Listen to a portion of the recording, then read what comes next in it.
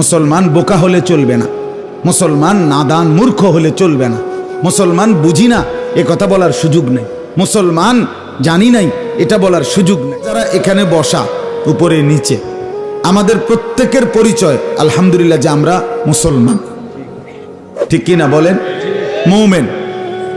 আমরা নিজেদেরকে মনে করি আমরা ইমানদার, আমরা মুসলমান। তো এই ঈমান আমাদের প্রথম শ্রেষ্ঠ সর্বোত্তম সর্বোৎকৃষ্ট পুঁজি। আমি একজন মানুষ, আপনারাও একজন মানুষ। এক মানুষ হিসাবে আমার জীবনের সবচেয়ে বড় অর্জন, সবচেয়ে বড় পুঁজি আমার ঈমান। ঈমান এটাই জীবনের সবচেয়ে বড় অর্জন। এটা আছে ঈমান। এবার যদি গোটা পৃথিবীও না থাকে, সবই আছে আমার। ঈমান নাই, গোটা পৃথিবী যদি 1000 আমার থাকে, আমার কিচ্ছু নেই। তাহলে আমার জিন্দেগির মূল পুঁজি কি বলেন না সবাই? ঈমান। ঈমান আমার শ্রেষ্ঠ পুঁজি, ঈমান আমার মূল পুঁজি। কোরআনুল কারীমের মধ্যে আছে ওয়া আসবাগা আলাইকুম নিআমাহু যাহিরাতান ওয়া বাতিনা। আল্লাহ তাআলা বলেন, আল্লাহ তার বান্দাদের উপরে নিয়ামত পূর্ণ করেছেন, প্রকাশ্য এবং গোপন পূর্ণ করেছেন।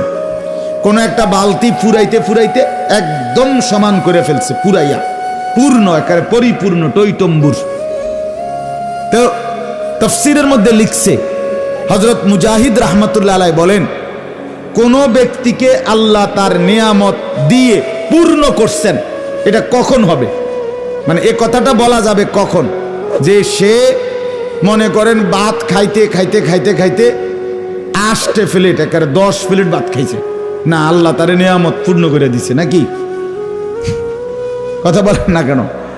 সে বাড়ি করতে করতে 200 তালা করছে, তাহলে আল্লাহ তারে নিয়ামত পূর্ণ করে দিছে নাকি? না। মানে দুনিয়া তামামটা দিয়ে দেওয়া, এটা নিয়ামতের পূর্ণতা না।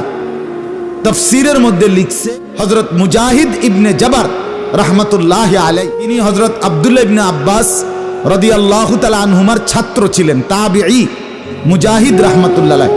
উনি বলেন, কোন ব্যক্তিকে আল্লাহ তাআলা নিয়ামত পূর্ণ করে দিচ্ছেন কখন বুঝাবে? যখন আল্লাহ তাআলা তাকে ঈমানের দৌলত দান করেছেন, তখনই বলা হবে আল্লাহ তাকে নিয়ামত পূর্ণ করে দিছে। তাহলে ঈমান যার সম্পদ, কালেমা যার সম্পদ, লা ইলাহা ইল্লাল্লাহ যার পুঁজি, মুহাম্মাদুর রাসূলুল্লাহ যার পুঁজি, এই কালেমা যার পুঁজি, ঈমান যার পুঁজি, তার নিয়ামত পূর্ণ হলো। তার নিয়ামত আসবাগা, আসবাগা মানে পূর্ণ হলো, তার নিয়ামত পূর্ণ হলো। তাহলে ঈমান শ্রেষ্ঠ সম্পদ, শ্রেষ্ঠ পুঁজি, শ্রেষ্ঠ পাথেয়, শ্রেষ্ঠ নিয়ামত।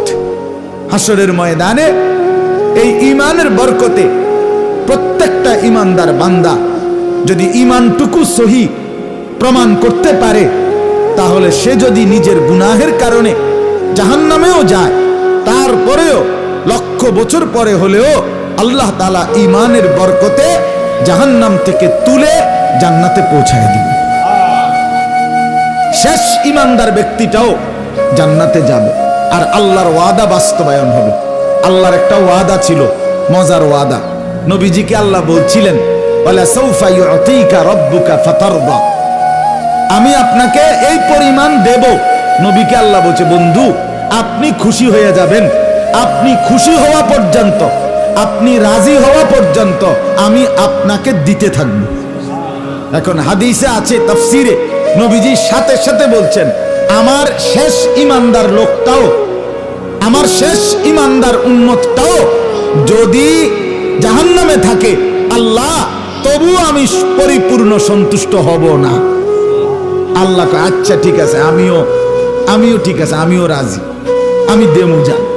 আপনার ঈমানদার উম্মতকে আমি 2 ভাবে জান্নাত দেব, কিছু সরাসরি জান্নাত দেব, কিছু নির্দিষ্ট মেয়াদে শাস্তি ভোগ করিয়ে ঈমান যদি ঠিক থাকে, তাহলে তবুও জান্নাতে শেষ ঈমানদারকেও পৌঁছাইয়া আপনার মুখে চির হাসি ফুটাইয়া দেব।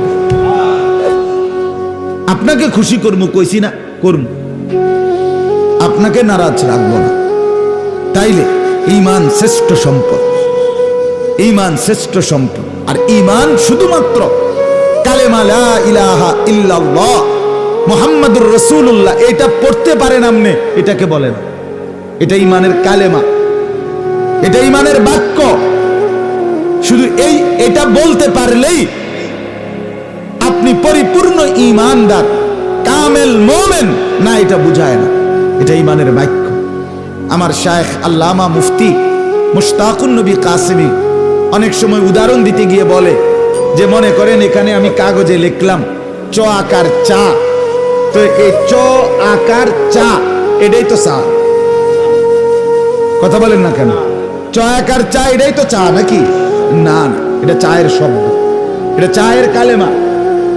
কিন্তু চা পাতা, চিনি, পানি এই তিনটার সম্মিলন, তিনটার একত্র করা, গরম করা, এটারে বলা হয় কি?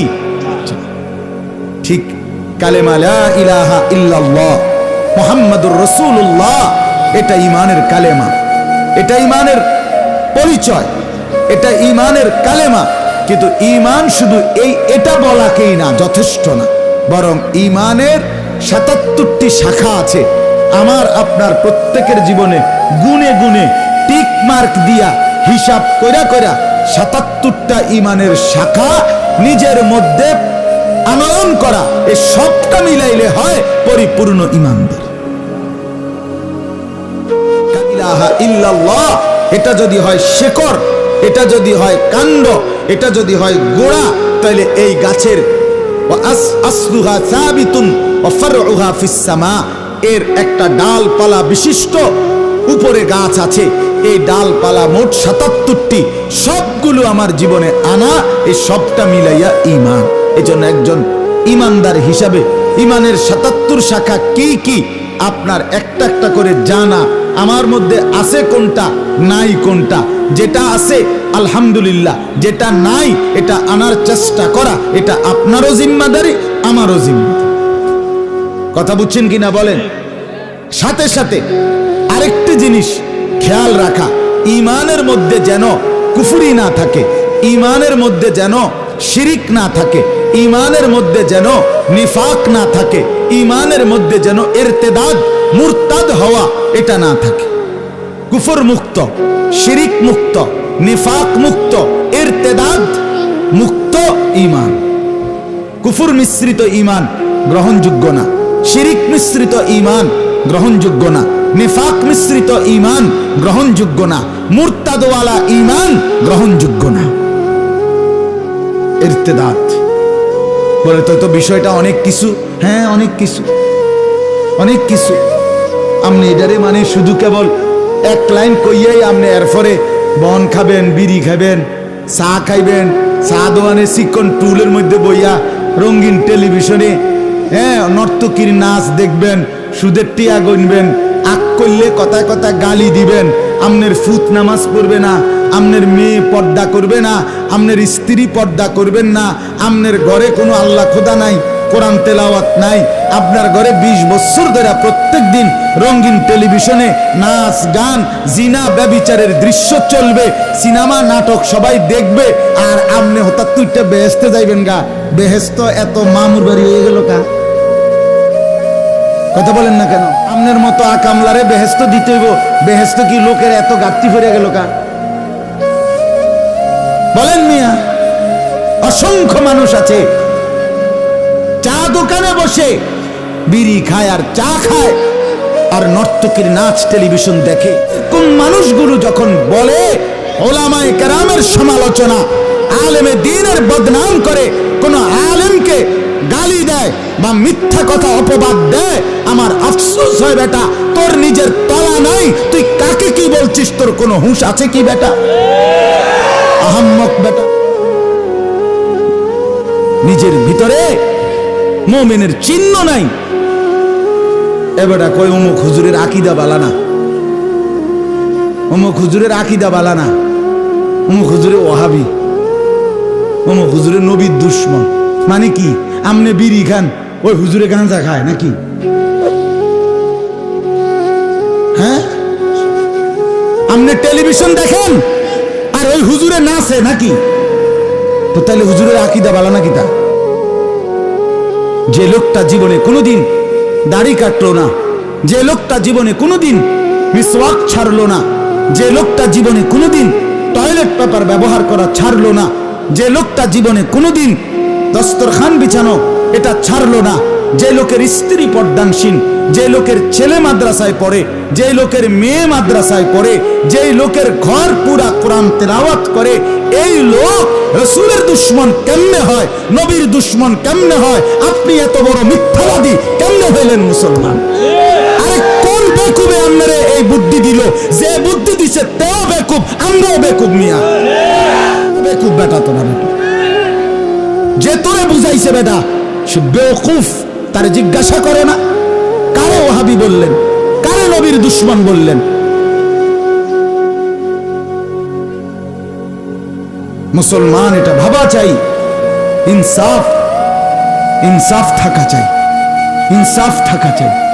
ইন্নাল্লাহা ইয়া'মুরু বিল আদল, আল্লাহ বলে বান্দা আমি ইনসাফের আদেশ করলাম, জীবনের সব ক্ষেত্রে ইনসাফ করবা। ইনসাফ, বিবেক, আপনার বিবেক কোথায়?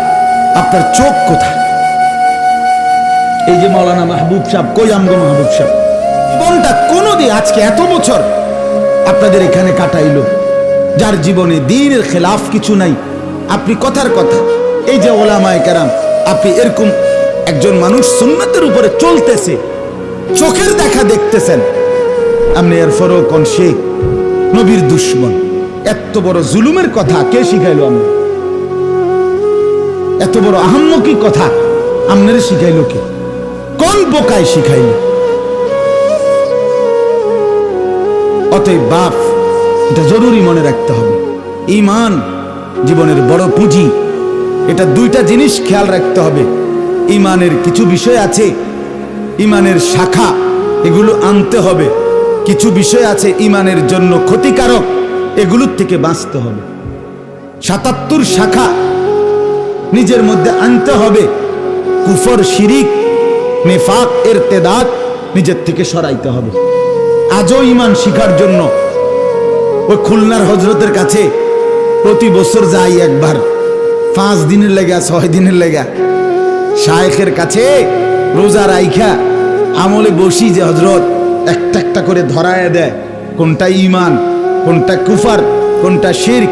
ঈমানের ৭৭ শাখা হযরত ব্যানার আকারে, ফেস্টুন আকারে, বই আকারে আমার খুলনার হযরত বারবার ধরায় দেয়। এবং কতবার যে বলছে, আমারও তো কত সময় বলছে, মাওলানা আল্লাহর বান্দাদেরকে ঈমানের ৭৭ শাখা পড়তে বলেন, জানতে বলেন, নিজের জীবনে মিলাইতে বলেন। এটা জরুরি বাপ। আপনি বুঝছেন নাই, আমরা গ্রামের মানুষ, আমরা সাধারণ মানুষ, আমরা সহজ সরল মানুষ, আমরা স্কুলে পড়ছি, আমরা কলেজে পড়ছি, আমরা কিচ্ছু পড়ি নাই, মূর্খ সুরুক্ষ মানুষ, দিন আইনা দিন খাইছি। হ্যাঁ হুজুর বাজার করছি, বেড়িয়েতে আনছি, আমরা ভাত খাইছি।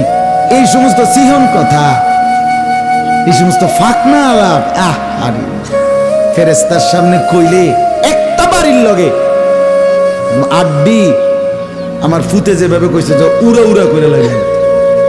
আমার ছোট ছেলে গুড়া গুড়া কই তারা না, হাতে কয় উড়া উড়া করে লাগে। আড্ডি তো গুড়া গুড়া করে, হাতে কয় উড়া উড়া করে লাগে। দুঃখ লাগে নাকি? আল্লাহ আমাদেরকে বুঝ দান করেন। আমাদের জীবনের একটা বড় পুঁজি আমাদের ঈমান, আমাদের ঈমান। মুসলমান বোকা হলে চলবে না, মুসলমান নাদান মূর্খ হলে চলবে না, মুসলমান বুঝি না এ কথা বলার সুযোগ নেই, মুসলমান জানি নাই এটা বলার সুযোগ নেই।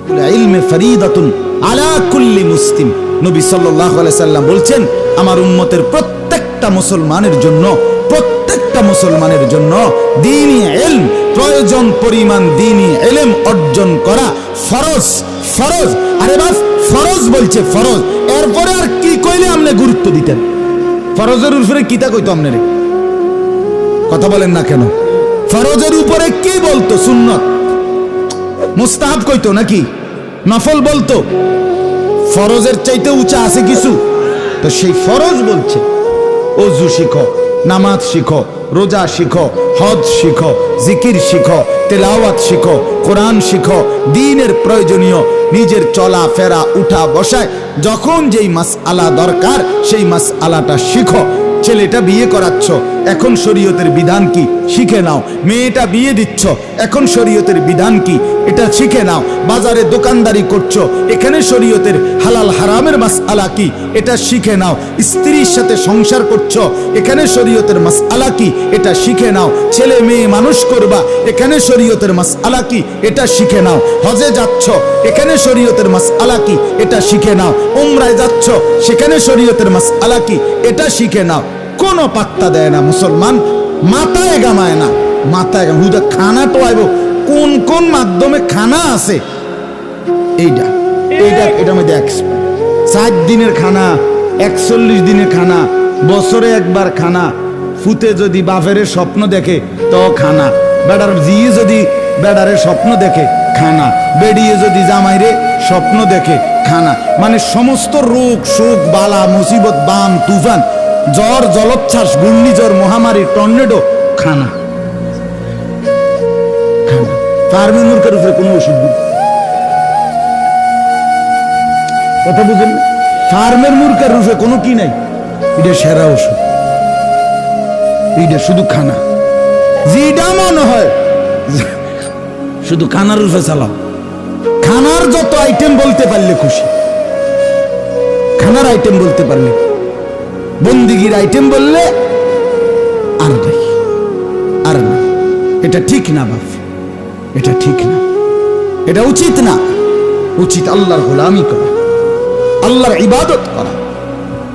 ঈমানের পরে আমাদের দ্বিতীয় করণীয় বিষয় হলো তাকওয়া। বলেন কি? এটা আমার আয়াতটার জন্য দরকার। তাকওয়া মানে একজন ব্যক্তি, আমি ঈমানদার, নিজেকে মনে করছি মুসলমান, এখন আমার করণীয় হলো আমার জীবনটা থাকবে তাকওয়ার উপর। কিসের উপর?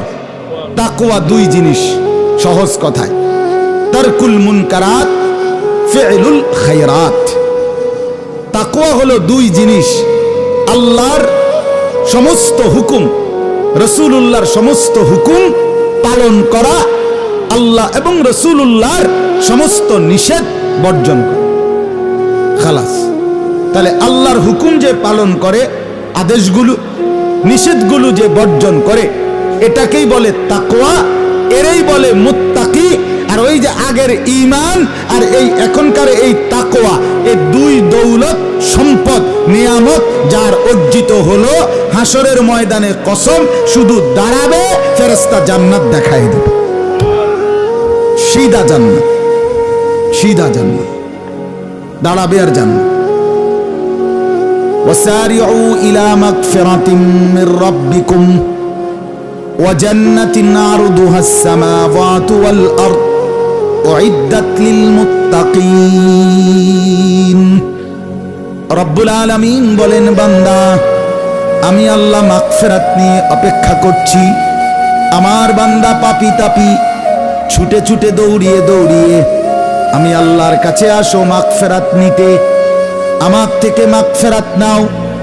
আর ওয়া জান্নাতিন আরদুহাস সামাওয়াতু ওয়াল আরদ, আসমান এবং জমিন প্রলম্বিত বিস্তীর্ণ আমার জান্নাতেই প্রবেশ করে ফেলো। সুবহানাল্লাহ। উইদ্দাত লিল মুত্তাকিন। আল্লাহ বলে, শোনো শোনো বান্দা, আমি আল্লাহ জান্নাত বানিয়েছি কেবল মুত্তাকিদের জন্য। কার জন্য? বলেন না কার জন্য? সবাই বলেন কার জন্য? মুত্তাকি। তাহলে ঈমান এবং তাকওয়া, ঈমান এবং তাকওয়া, ঈমান এবং তাকওয়া, ঈমান এবং তাকওয়া আমার জীবনের পুঁজি, আমার জীবনের মূল অবলম্বন। এই 2টা আমার লাগবেই। ঈমান আমার লাগবেই, তাকওয়া আমার লাগবেই, নাই তো কবরেও আমার মুক্তি নাই, হাসরের মাঠেও মুক্তি নাই, ফুলসেরাতেও মুক্তি নাই, জাহান্নাম থেকেও বাঁচার উপায় নাই, জান্নাতে যাওয়ার সুযোগ নেই। তাহলে জান্নাতে যদি যেতে হয়, জাহান্নাম থেকে যদি বাঁচতে হয়, কি লাগবে? 2 জিনিস, ঈমান এবং